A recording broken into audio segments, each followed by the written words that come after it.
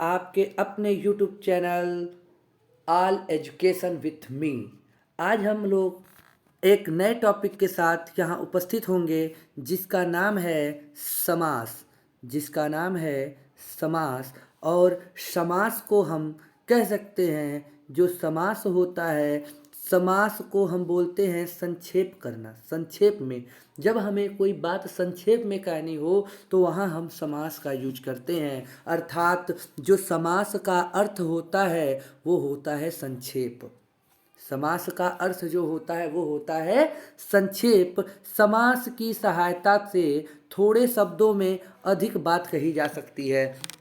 हम समास की सहायता से जो थोड़े शब्द होंगे उन थोड़े शब्दों में ही हम क्या करेंगे, अपनी पूरी बातों को कह सकते हैं। परिभाषा हम बोल सकते हैं, परिभाषा हम समास की बोल सकते हैं कि दो या दो से अधिक शब्दों के मिलने पर, दो या दो से अधिक शब्दों के मिलने पर जो एक नया स्वतंत्र पद बनता है। दो या दो से अधिक शब्द मिलेंगे और उससे हमें एक नया जो स्वतंत्र पद बनता है उसे समस्त पद अथवा उस प्रक्रिया को समास कहते हैं। समास होने पर बीच की विभक्तियों, शब्दों तथा और आदि अवयवों का लोप हो जाता है। जो जब समास होने लगता है, जब समास हो जाता है तो जो शब्दों के बीच में विभक्तियां आती हैं, जो शब्द आते हैं और लगा होता है, जो अव्यय होते हैं, उनका क्या होता है, लोप हो जाता है, वो छिप जाते हैं। ठीक है, जैसे हम देखते हैं राजा का पुत्र, तो ये तो हमारा एक पूरा वाक्य है राजा का पुत्र, लेकिन जब इसको समास के साथ कहेंगे तो बोलेंगे राजपुत्र। यहाँ का जो विभक्ति है उसका क्या हो गया, लोप हो गया और ये बन गया राजपुत्र। तो देखिए राजा का पुत्र थोड़ा बड़ा है, लेकिन राजपुत्र बोलने में क्या हो गया, छोटा हो गया, यानी संक्षेप हो गया। तो जब हम किसी चीज़, बड़ी चीज़ों को संक्षेप में करते हैं तो वो किसके द्वारा करते हैं, समास के द्वारा करते हैं। दूसरा है गुण से युक्त। गुण से युक्त, यहाँ से जो विभक्ति है उसका लोप हो जा रहा है और हमारा शब्द क्या, नया शब्द बन गया, क्या, गुण युक्त। घोड़े पर सवार, यहाँ पर की क्या हो गया, विलुप्त हो गया, इसका लोप हो गया और हमारा नया शब्द बन गया घुड़सवार। यानी घोड़े पर सवार जो होता है उसी को घुड़सवार कहते हैं। तो यहाँ कोशिश, आशा करता हूँ कि आप लोगों को यह समझ में आ गया होगा कि समास को हम क्या कहते हैं, इसको क्या, किस प्रकार से हम समझ सकते हैं, ये आज हम लोग जान लिए। आगे हम लोग देखेंगे समास में दो पद होते हैं। जो समास होता है उस समास में दो पद होते हैं। पहला पद जिसे हम पूर्व पद कहते हैं और दूसरा पद जिसे उत्तर पद कहा जाता है। इन दोनों के समास से नया शब्द समस्त पद कहलाता है। जब हम क्या करेंगे, समास रचना में जो समास की रचना होती है उसमें दो पद होते हैं, एक होता है पहला पद, एक होता है दूसरा पद। जब इन दोनों पदों को हम क्या करते हैं, जोड़ देते हैं, यानी उनका जब समास बनाया जाता है तो उससे जो नया शब्द बनता है उस नए शब्द को हम क्या कहते हैं, समस्त पद कहते हैं। उस नए शब्द को ही क्या बोला जाता है, समस्त पद कहा जाता है। फिर से एक बार देखिए, समास रचना में दो शब्द या दो पद होते हैं। पहला पद जिसे पूर्व पद कहा जाता है, दूसरा पद जिसे उत्तर पद कहा जाता है। और जब ये दोनों आपस में समास से बनाया गया, जब इन दोनों को मिलाकर समास किया गया, उससे जो नया शब्द हमारा बना, उस नए शब्द को हम क्या कहेंगे, समस्त पद कहते हैं, समस्त पद कहलाता है। जैसे अभी हम बताएं राजा का पुत्र, तो यहाँ राजा क्या है, राजा हमारा क्या है, राजा हो गया प्रथम पद, क्या हो गया, प्रथम पद, और दूसरा पुत्र क्या हो गया, उत्तर पद। और दोनों का जब समास करा दिया गया तो ये बन गया क्या, ये राजा हमारा क्या हो गया, राजा हमारा प्रथम पद, पुत्र द्वितीय पद या उत्तर पद। तो इन दोनों का जब समास किया गया तो ये बन गया राजा का राजपुत्र, जो कि राजा का पुत्र होता है। समस्त पद समास रचना से बने शब्द को समस्त पद कहते हैं। अभी हम ऊपर बताएं कि समस्त पद क्या होता है, जो समास रचना होती है, जो समास रचना में दो पद होते हैं, एक पूर्व पद, एक उत्तर पद, और इन्हीं शब्दों से हमारा जो बनता है शब्द, नया शब्द बनता है, उसी को हम क्या कहते हैं, समस्त पद कहते हैं। अब आते हैं कि एक बात आई, समास जब जुड़ गया तो ठीक है, समास विग्रह क्या होता है। समास विग्रह, कभी कभी कुछ ऐसे समास होते हैं जिनको समझने के लिए हमें उसको तोड़ना पड़ता है। कुछ ऐसे समास हैं जिनको समझने के लिए हमें तोड़ना पड़ता है। जैसे समास विग्रह पहले समझते हैं। समास रचना से बने शब्द, जैसे समास की रचना हुई, उत्तर पद पूर्व पद क्या हुए, जुड़ गए, जुड़ गए तो उससे समास पद, समस्त पद बना। अब उसी समास रचना से बने शब्द को अलग अलग करने की प्रक्रिया, अलग अलग करने की प्रक्रिया को समास विग्रह कहा जाता है। उसी को हम क्या कहते हैं, समास विग्रह।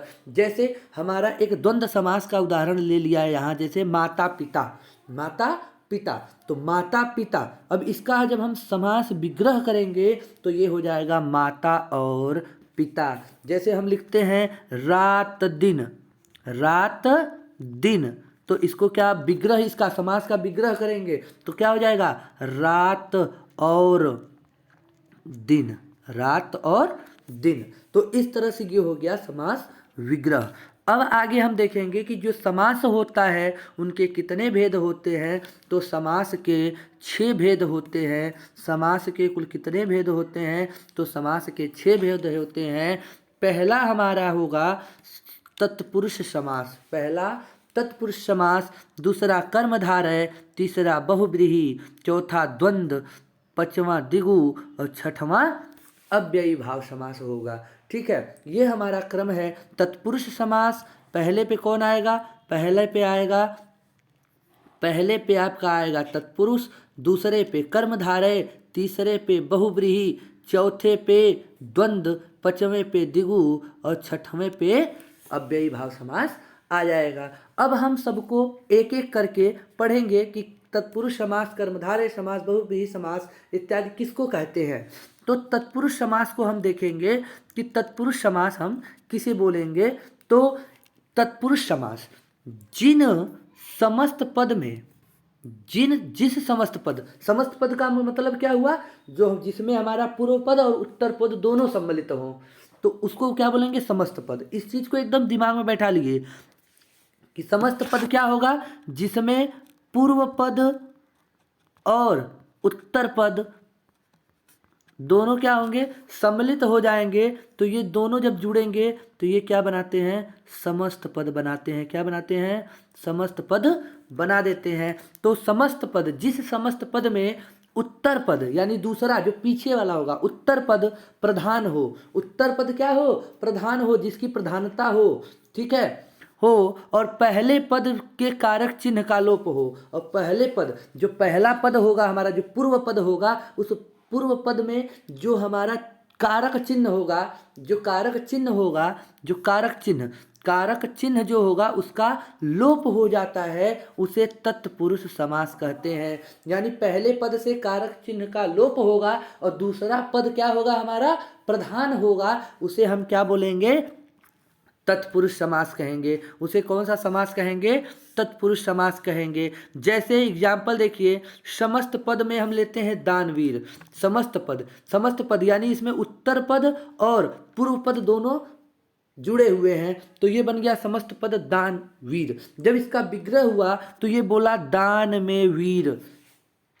तो यहां दान में वीर कौन है, तो वीर शब्द जो है ये क्या कर रहा है, प्रधानता। इस पूरे समस्त पद में प्रधानता कौन दिखा रहा है, तो प्रधानता दिखा रहा है वीर। और जो दान है यानी जो दानी है, दान में वीर है, तो दान के साथ देखिए में विभक्ति क्या हुई थी, छुपी हुई है।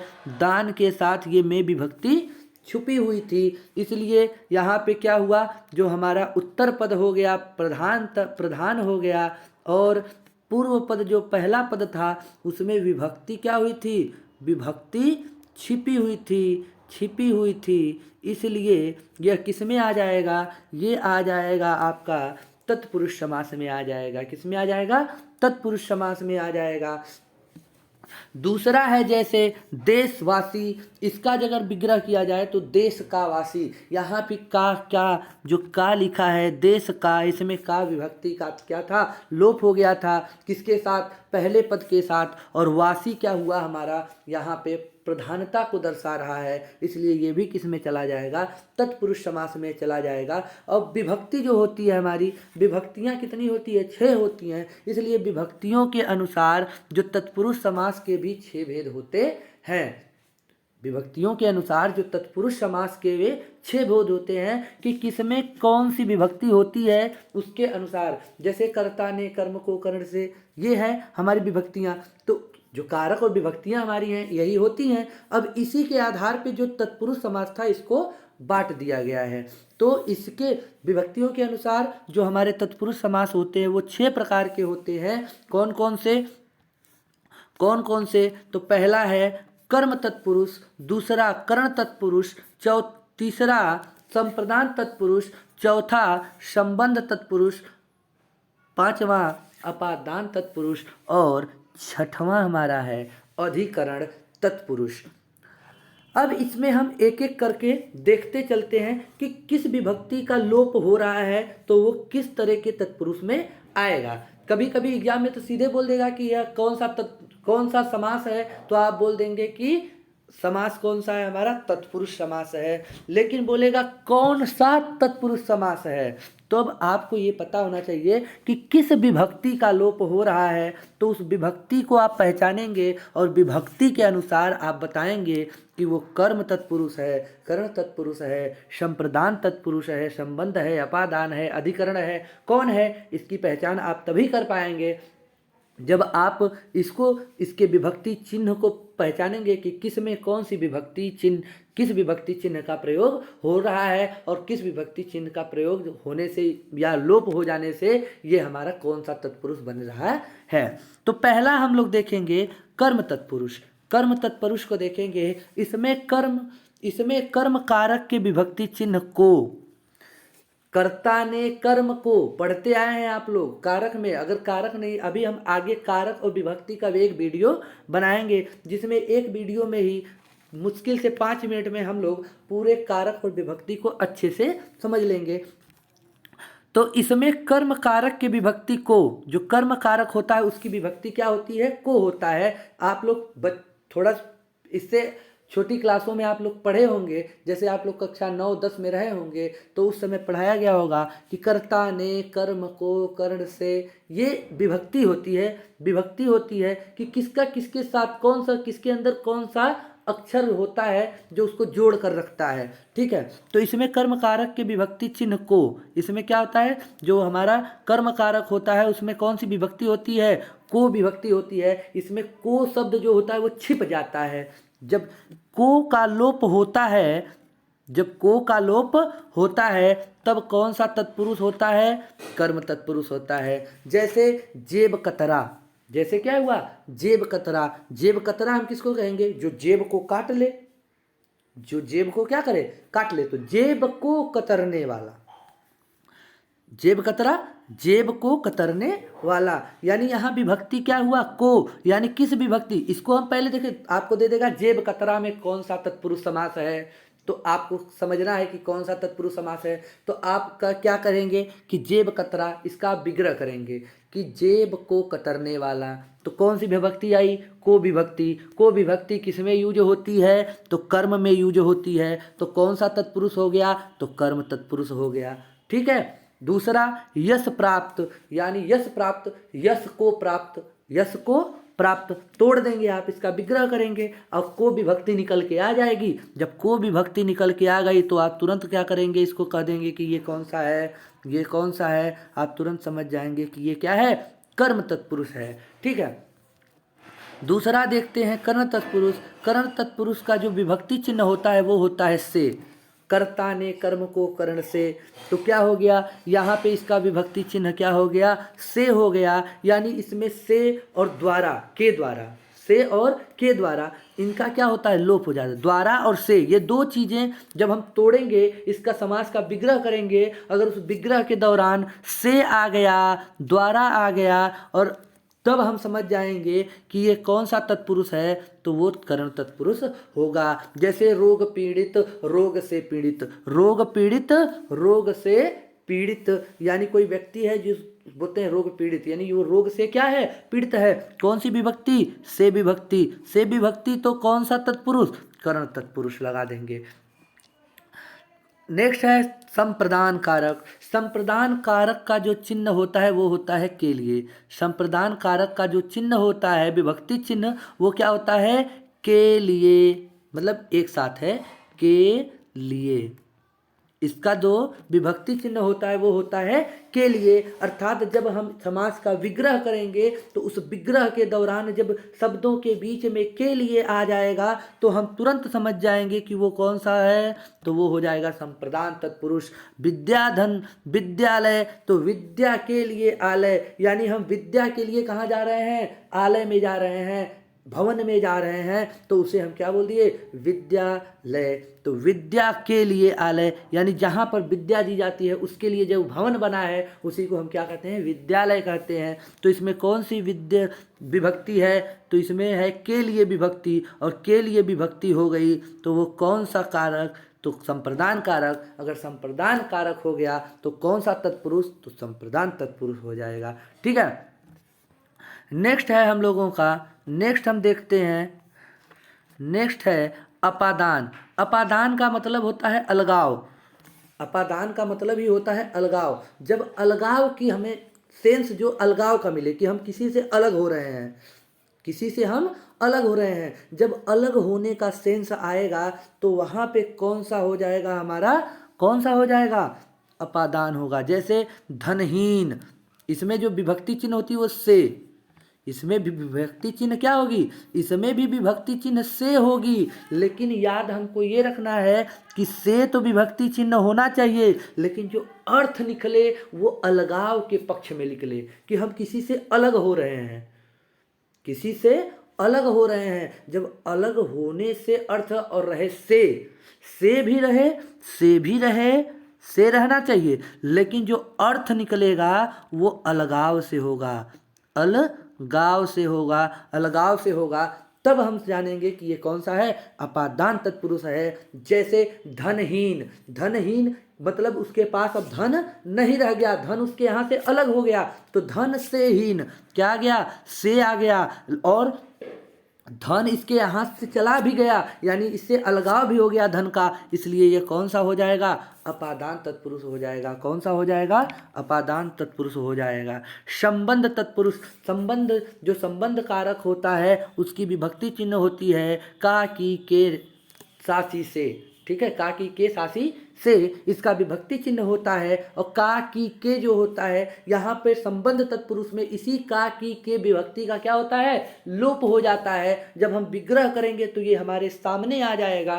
का, की, के जब संबंध बताने लगे, जब दो वस्तुओं के बीच या दो लोगों के बीच ये क्या करे, संबंध बताने लगे, तब वो क्या हो जाएगा, तो संबंध तत्पुरुष हो जाएगा। जैसे गंगा तट, गंगा तट यानी गंगा का तट, जैसे गंगा तट, गंगा का तट, यानी तट तो है लेकिन किसका है, गंगा का। यहाँ गंगा से संबंध, तट का संबंध किससे बताया जा रहा है, गंगा, तट का संबंध किससे बताया जा रहा है, गंगा से। यानी यहाँ पे संबंध बता दिया गया और विभक्ति चिन्ह का, की, के भी हमें दिख गया, तो हम तुरंत कहेंगे कि जो गंगा तट है, इस गंगा तट में कौन सा तत्पुरुष, तो संबंध तत्पुरुष हो जाएगा। नेक्स्ट हम लोग देखेंगे अधिकरण तत्पुरुष। अधिकरण तत्पुरुष, इसमें अधिकरण कारक की विभक्ति चिन्ह में पर का लोप होता है। किसका, में और पर का लोप होता है। जैसे आप बीती,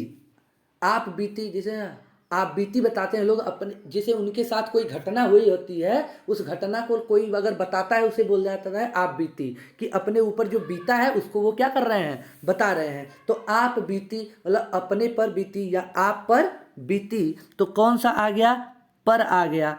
पर जब आ गया तो पर आ जाए, में आ जाए, हमारे पर बीती, हाँ हम पे बीती, यानी पर और में आ जाए, और तब यहाँ पर क्या होगा, अधिकरण तत्पुरुष हो जाएगा। क्या हो जाएगा, अधिकरण तो तत्पुरुष हो जाएगा।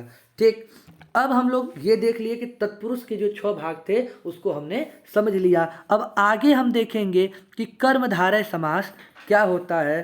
कर्मधारय क्या होता है? जहाँ पूर्व पद और उत्तर पद में विशेषण, विशेष्य अथवा उपमान उपमेय का संबंध होता है।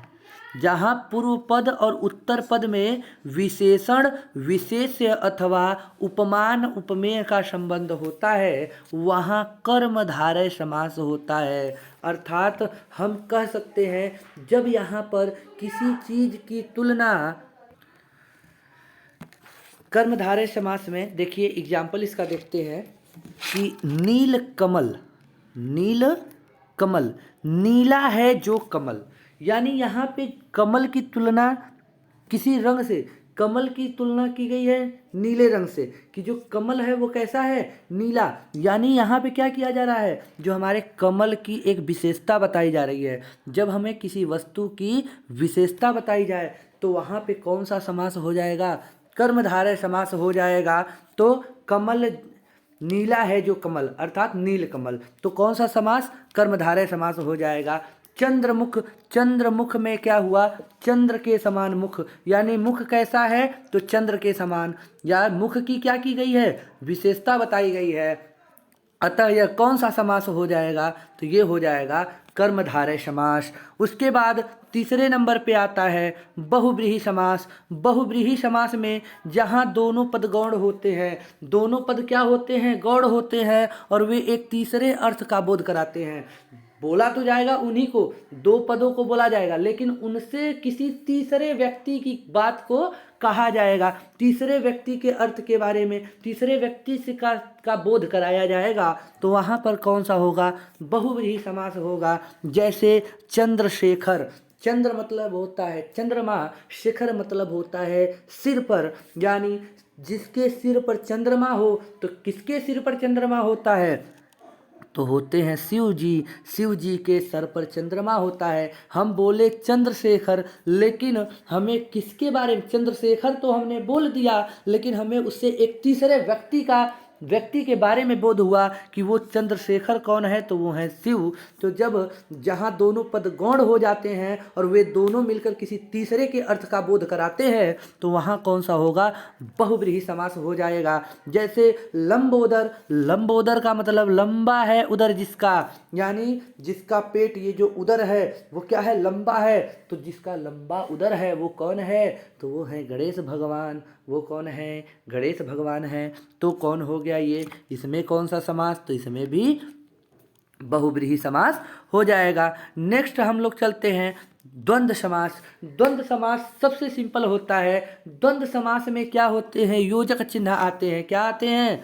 योजक चिन्ह आ जाएगा। जिस समास में दोनों पद प्रधान, दोनों पद क्या होंगे? प्रधान होंगे, एक के बिना दूसरा अधूरा, दोनों पद प्रधान हो जाएंगे, वहाँ पर द्वंद्व समास होगा। जैसे माता पिता, माता पिता, योजक चिन्ह आ गया, लेकिन योजक चिन्ह के साथ, ध्यान से सुनिएगा, योजक चिन्ह के साथ हमें यह भी ध्यान रखना है कि यह एक दूसरे का विलोम भी होना चाहिए। अगर विलोम नहीं है, विलोम नहीं है, तो योजक चिन्ह द्वंद्व समास को नहीं बतलाएगा। योजक चिन्ह द्वंद्व समास को नहीं बतलाएगा जब तक ये शब्द आपस में विलोम नहीं होंगे। माता पिता, रात दिन, रात दिन, ठीक है, राजा रानी, राजा रानी, ये क्या है? हमारे सब में योजक चिन्ह है, और सब एक रात दिन, एक दूसरे के, राजा रानी एक दूसरे के क्या है? विलोम भी हैं। यानी योजक चिन्ह भी बीच में होना चाहिए और एक दूसरे के विलोम भी होने चाहिए, तब हम उसे कहेंगे कि ये हमारा कौन सा समास हो जाएगा? द्वंद्व समास। ध्यान रखना है योजक चिन्ह होना चाहिए और जो शब्द है वो एक दूसरे के विलोम होने चाहिए, तब उसे हम क्या बोलेंगे? द्वंद्व समास कहेंगे। ठीक है, नेक्स्ट हम लोग चलते हैं द्विगु समास में। द्विगु समास का मतलब होता है संख्या। संख्या का जहाँ पे हमें क्या होगा? जिस शब्दों को पढ़ने से या बोलने से हमें क्या हो, संख्याओं का बोध हो जाए, संख्याओं का बोध हो। जैसे 1 2 3 4 5 6 जो संख्याएं हैं इनका बोध हो जाए तो उसे हम क्या कहेंगे, द्विगु समास कहेंगे। इस समास का पहला पद संख्यावाची विशेषण होता है, अर्थात जो पहला पद होगा जो सब पहले आएगा वो संख्या के बारे में बोध कराएगा, संख्या के बारे में 1 2 3 4 इन संख्याओं के बारे में बोध कराएगा। जैसे त्रिफला यानी 3 फलों का समाहार, त्रि का मतलब हो गया 3, त्रिभुज 3 भुजाओं का समाहार जहाँ पे 3 भुजाएं। चौराहा 4 राहों का समूह, क्या हो गया, चौराहा 4 राहों का समूह, 4 राहों का समूह। यहाँ पर भी हमें क्या हुआ, 4 मिला, 3 मिला, ये क्या हुआ, ये सब क्या हुआ, इन सब में हमारा क्या हो जाएगा, सब में हमारा द्विगु समास हो जाएगा। क्या हो जाएगा, द्विगु समास हो जाएगा। ठीक है। जैसे कभी कभी बात आ जाता है, ठीक है, अव्ययी भाव समास हम किसे कहेंगे, तो ये भी सबसे आसान है। अव्ययी भाव समास सबसे आसान होता है जिस समास में प्रथम पद, क्या बोलता है, जिस समास में प्रथम पद या पूर्व पद अव्यय हो उसे अव्ययी भाव समास कहेंगे। अव्यय का मतलब क्या हो, कोई भी हमारा उपसर्ग और प्रत्यय आप लोग जानते होंगे। तो उपसर्ग, जब हमारा उपसर्ग किसी भी शब्द के आगे अगर उपसर्ग जुड़ गया तो वहाँ हम तुरंत समझेंगे कौन सा है, अव्ययी भाव समास है। या अव्यय आ गया, पहले समास के प्रथम पद जो होंगे वो अव्यय हो जाएंगे तो वो हमारा अव्ययी भाव समास हो जाएगा। जैसे प्रतिदिन यानी दिन, प्रतिदिन का मतलब क्या हुआ, आज कल परसों नरसों चलते चले जा रहे हैं, यानी एक दिन भी गैप नहीं हो रहा है, तो हम उसको क्या बोलेंगे। जैसे अब कोई आज नहाया, कल भी नहाया, परसों भी नहाया, उसके बाद भी नहाया, लगातार नहाता गया, तो हम कहते हैं ना कि ये प्रतिदिन नहाता है। ये क्या करता है, प्रतिदिन नहाता है। तो दिन के साथ अव्यय कौन सा लग गया, प्रति लग गया, इसलिए इससे क्या बोलेंगे, अव्ययी भाव समास कहेंगे। यथाशक्ति, यानी लोग कहते हैं ना उसकी जितनी शक्ति थी उसके अनुसार इसने क्या किया, यथाशक्ति इसने कार्य कर चुका है। यथाशक्ति यानी शक्ति के अनुसार। यहाँ जो यथा है ये क्या है, एक अव्यय है और शक्ति के साथ जुड़ गया, इसलिए इसे क्या बोलेंगे, अव्ययी भाव समास कहेंगे। ठीक है। अब इसके कुछ क्वेश्चन हैं आप लोगों को, आप लोग इस पे प्रैक्टिस कर सकते हैं और आप इस पे प्रैक्टिस कर सकते हैं। आप लोग इसका स्क्रीनशॉट ले लें, इसको प्रैक्टिस कर लें, उसके बाद हो सकता है नेक्स्ट वीडियो में हम इसके आंसर के साथ आप लोगों के बीच उपस्थित हों। तो आप लोग इसका ले लें और इसे करके दिखाएंगे, अपने से करेंगे और नेक्स्ट वीडियो में आप देख लेंगे और मिला लेंगे कि नहीं, हाँ हमारा कौन सा वीडियो सही है और कौन सा वीडियो हमारा क्या है, आंसर से वीडियो में हमारा आंसर मैच कर रहा है, किसमें नहीं मैच कर रहा है। धन्यवाद।